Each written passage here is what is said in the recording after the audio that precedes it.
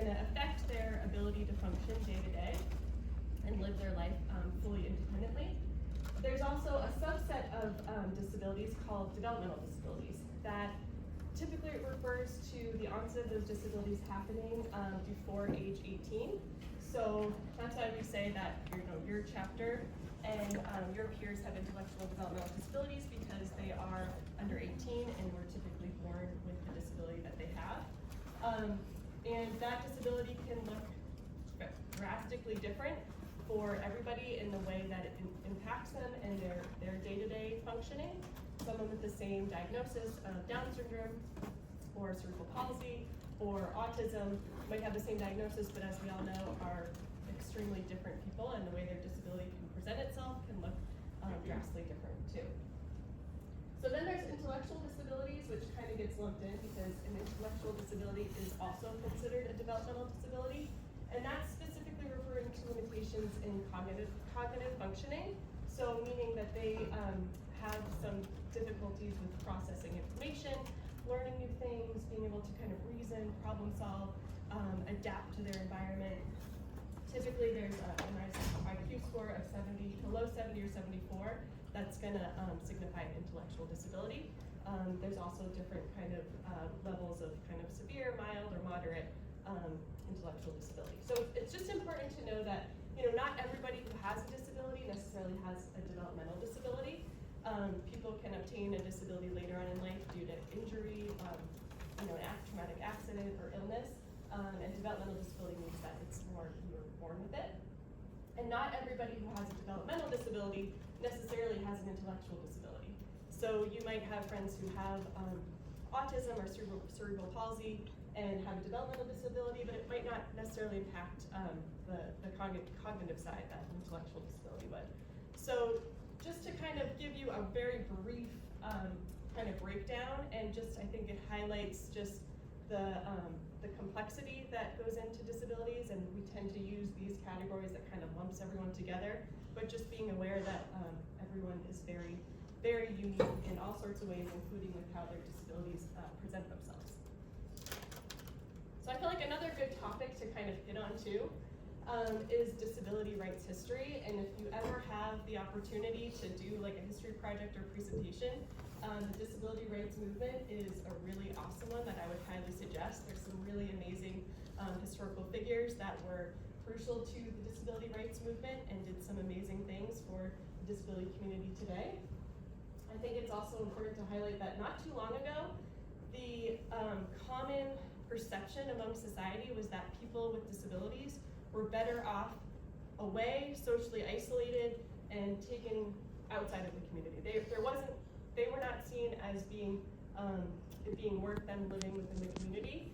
So there was the rise of institutions, which became the norm and the way that anyone with a disability was treated and thought to be better off. And they, unfortunately, didn't necessarily start out with bad intentions, but they were often very underfunded with very deplorable living conditions, having too many people living in one place. And obviously, as we just talked about, each person is very unique, each disability is very unique, and there was nowhere near the amount of support and care and compassion that people with disabilities needed. So thankfully, in the 1990s, we started, the idea of institutions was starting to fade as there was some kind of breakthrough journalism stories of kind of how deplorable those institutions were, and people realizing that that is no way for any human to live ever. And in the 1960s, I will say with the civil rights movement in general is where we also saw the rise of advocacy for people with disabilities. And they started to think, I think we should probably welcome these people into our community and start advocating for there to be more services available to them. So in 1990, which is really not too long ago, this is a really key piece of legislation that happened. The Americans with Disability Act was passed, and it played a role in promoting inclusion of people with disabilities in society and prohibiting discrimination in public life in general, so including employment, education, transportation, and getting away with institutional practices altogether. So that's an amazing piece of history that's important to note. But I think as we all know that just because a law passes does not mean that the problem was solved, that all of a sudden 1990, now inclusion is everywhere. Obviously that's not the case. So there's been progress made, but still a lot of work to be done. And one of the reasons that that's the case is because there's still a lot of societal misconceptions about people with disabilities and what they are capable of.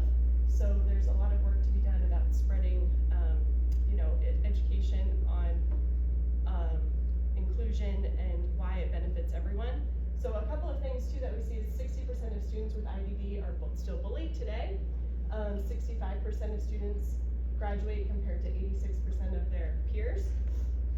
There's an 84% unemployment rate among people with disabilities and are 2 times more likely to live in poverty. So that's a big one, is that it's clear that still today entrepreneurs and bosses and people higher up in positions in different companies and politics are still not getting the message that they should be looking around and making sure that inclusion is a part of any and every aspect of public life.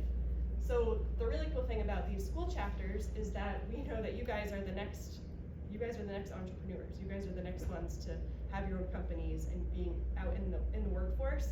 And you guys are going to be so much more likely to look around and be like, hey, why don't we have anyone with a disability working? Let's give them a chance. Let's find their applications. Let's bring them in and let them interview and find a position for them.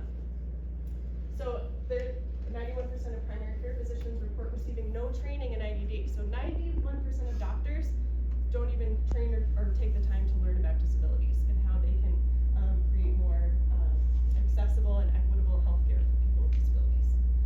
Even now, still today, the disability community is working to pass a piece of legislation that means that, sorry, I'm not explaining this correctly, but people with a disability, specifically people with Down syndrome, if they need an organ transplant, they are placed lower on that transplant list just because they have a disability. So that's something that still exists today, and they're fighting to make sure that of course, is not the case because humans are humans. So the Best Buddies missions, like I was just saying, is kind of training you all to see inclusion right now and make it an everyday part of your life.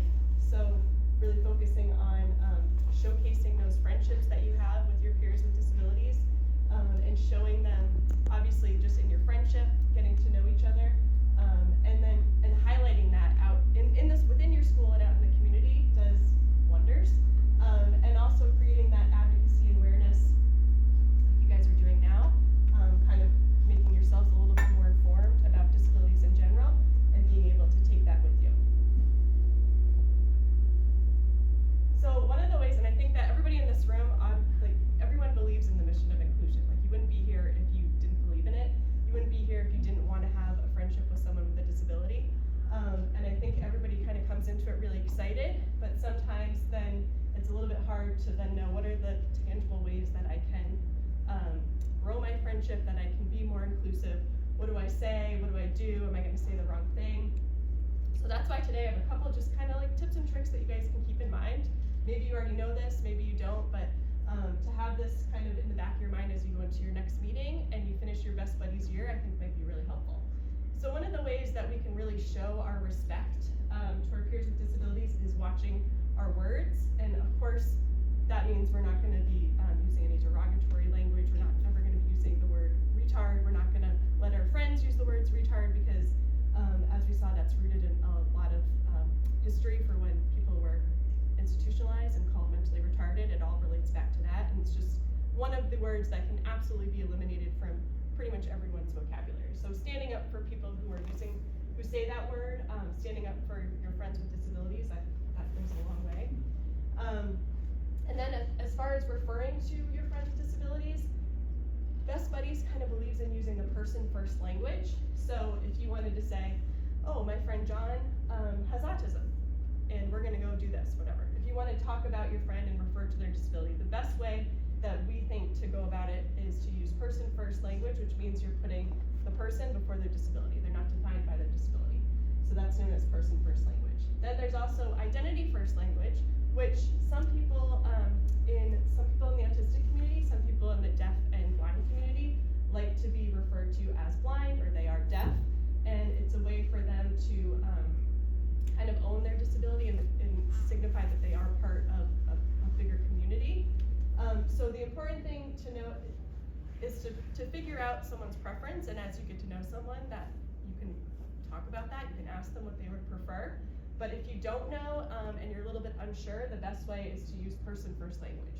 So, you know, so-and-so has autism, so-and-so has Down syndrome, using it where you're putting their person first and they happen to have a disability.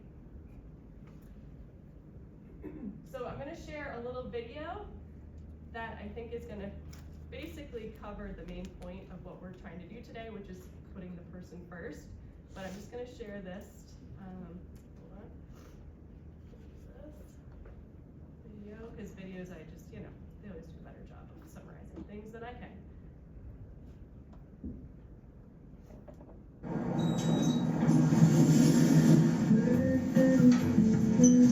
Good morning, Rob. Good morning there.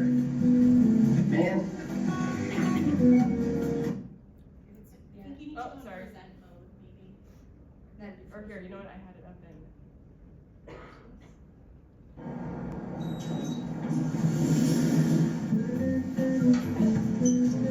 Good morning, Rob. Good morning there. Man. Morning, guys! There's no need to be awkward. Poor Bob. Like so many of us, he just doesn't know how to interact with people with disabilities. It's pretty easy, really. People with disabilities are people first. We need the same things that every person needs, like respect. Good morning, everyone. Attention! Okay.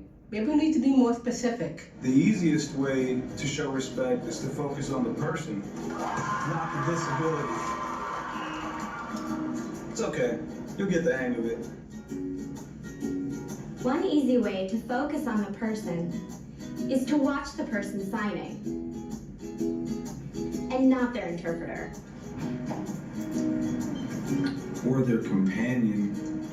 It's really cool that you'd like to help, but do us both a favor and please ask me first. What you think might be helping? I got you. Wait, Oh no. might actually not. If you'd like to offer me help, let me hold on to your elbow. Don't take mine. Hey, would you like to take mine? Sure. Assistive devices help us to live our lives. They're really important and really personal.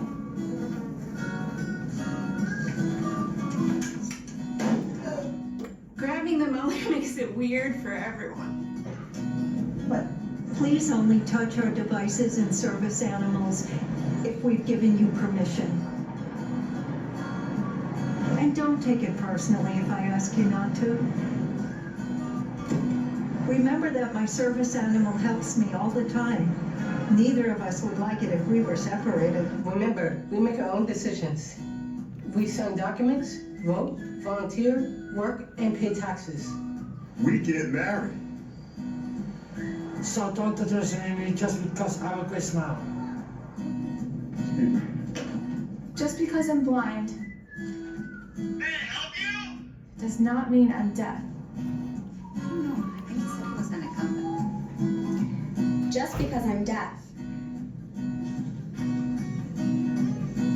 doesn't mean I'm blind. And just because I use a wheelchair doesn't mean that I can't sweep you off your feet. So take a deep breath, relax. We don't fight.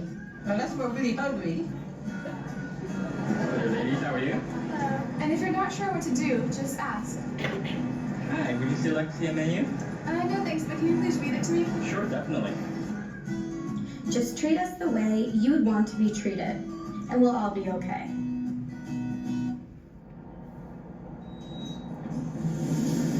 Good morning. Good morning. Good morning, Alice. Right.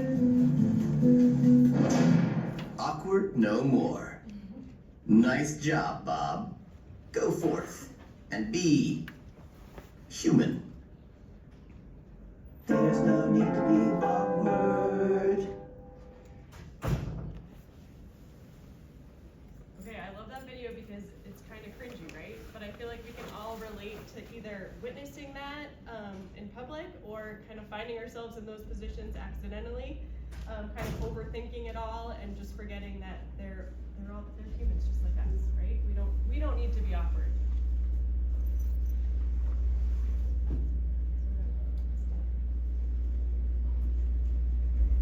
Mackenzie, I just want to really quick, if you are catching the bus today, just feel free to just get up and go when it's time. I see them pulling up now.